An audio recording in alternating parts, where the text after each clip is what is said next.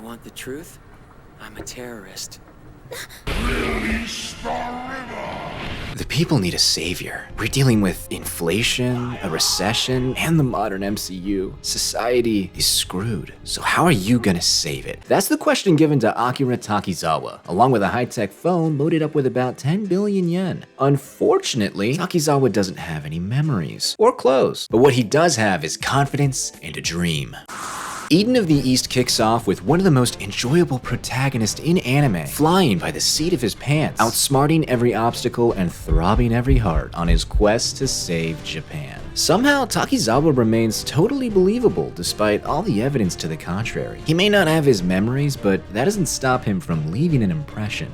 And while the other characters aren't as interesting and fun as Takizawa, they're still pretty solid. You got the whole squad represented here. The fearless incel leader, a jailbait genius, some eggless woman, a gamer, and a simp.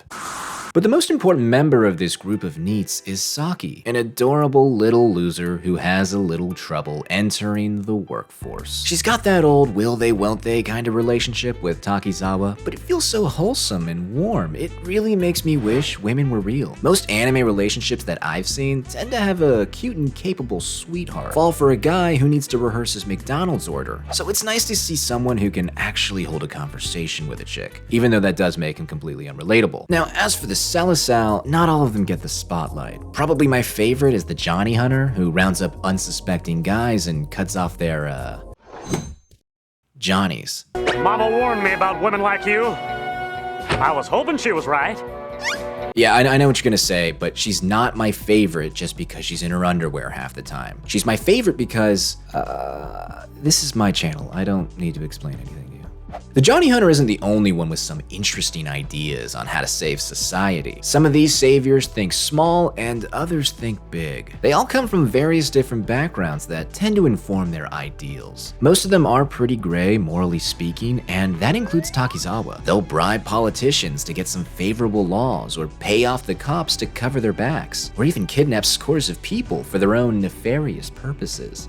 Now they can do all of these things thanks to their special flip phones. Not every purchase is straightforward. Each request made by the Selasal gets processed by Discount Cortana. Also, they're using money, not magic, so sometimes they don't get exactly what they request, or it unfolds in an unexpected way. It's really fun to see all the different uses each savior has for his funds. One guy even buys 900 million acres of farmland spread out across the nation? Oh, wait a minute, that's not from the show, that's from real life. Do you have a special phone with a sexy AI on board, Bill? Why are you trying to get me to stop eating meat, Bill? Are you a servant of the Antichrist, Bill? To make what's called artificial meat. And so you have... Shut the fuck up! Say Christ is Lord! Say Christ is Lord! Quick note on the animation, stunning stuff. You can always trust Production IG to make a show that's fun to look at, even 10 years later. The only thing is that, minor complaint here. Sometimes we do get a little bad CGI. You hardly notice it. Is this how you get your sick kicks? What? It's just an ordinary crabby. Oh my goodness! Full disclosure, I'm not some expert on Japan's economic history. What I learned from an anti-Semitic anime and a handful of Wikipedia articles. Basically, post-World War II Japan kind of sucked. Now, as an American, all I have to say is don't touch our boats next time, but I'm not completely apathetic to the economic hardships Japan faced back in the day, especially given the current circumstances. Yeah, you think I did the math wrong on that title? It shows from 2010, okay? I'm just adjusting for inflation. Just as presented in the show, the 2000s weren't very kind to the Japanese. The economic bubble of the 1980s burst in the early 90s and caused a recession that would linger for nearly 2 decades. This brings us to the war between boomers and millennials. The old guard refused to retire or share their wealth, while the younger generations worked for slave wages or became so fed up with society that they retreated from it entirely. The unemployment rate skyrocketed. Japan needed a savior, and the show gives them one in the form of Takizawa, a radical upstart who just wants people to reconsider what they value most. The last thing I want to mention are the 2 movies that followed the show. They seem to have a bit of a reputation. A lot of people call them disappointing or anticlimactic. I'm not going to disagree with that, but I still like them, and I'm going to tell you why. Let me just put on my coping cap and we can work with what we got.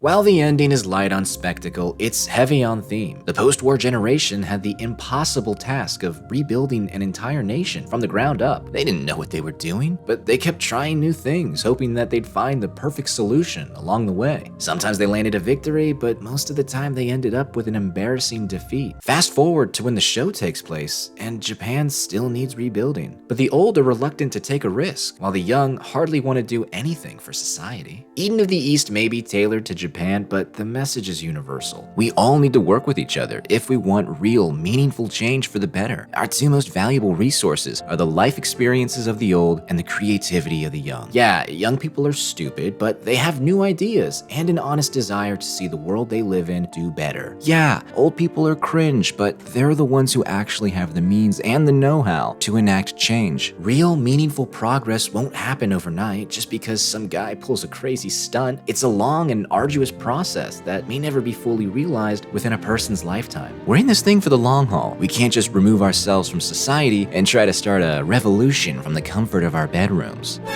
And we can't let our pride control our judgment and cause us to disregard ideas for the wrong reasons. No matter how much money you want to throw around, society won't be saved unless we start working together. It won't be easy, and we will definitely make mistakes along the way, but together, we might just have a shot at building a paradise. That's why I like how Eden of the East ends. Takizawa became an almost divine-like figure by the end, but he renounces all that lip service in favor of being a terrorist. After he delivers his Minute Manifesto to the whole country, he tracks down the mysterious man who gave him the 10 billion yen and reprimands him for starting this whole crazy social experiment in the first place. Then, this optimistic youth filled with new radical ideas teams up with the experienced elder, rife with the resources necessary to continue their mission of saving Japan. But what do you guys think?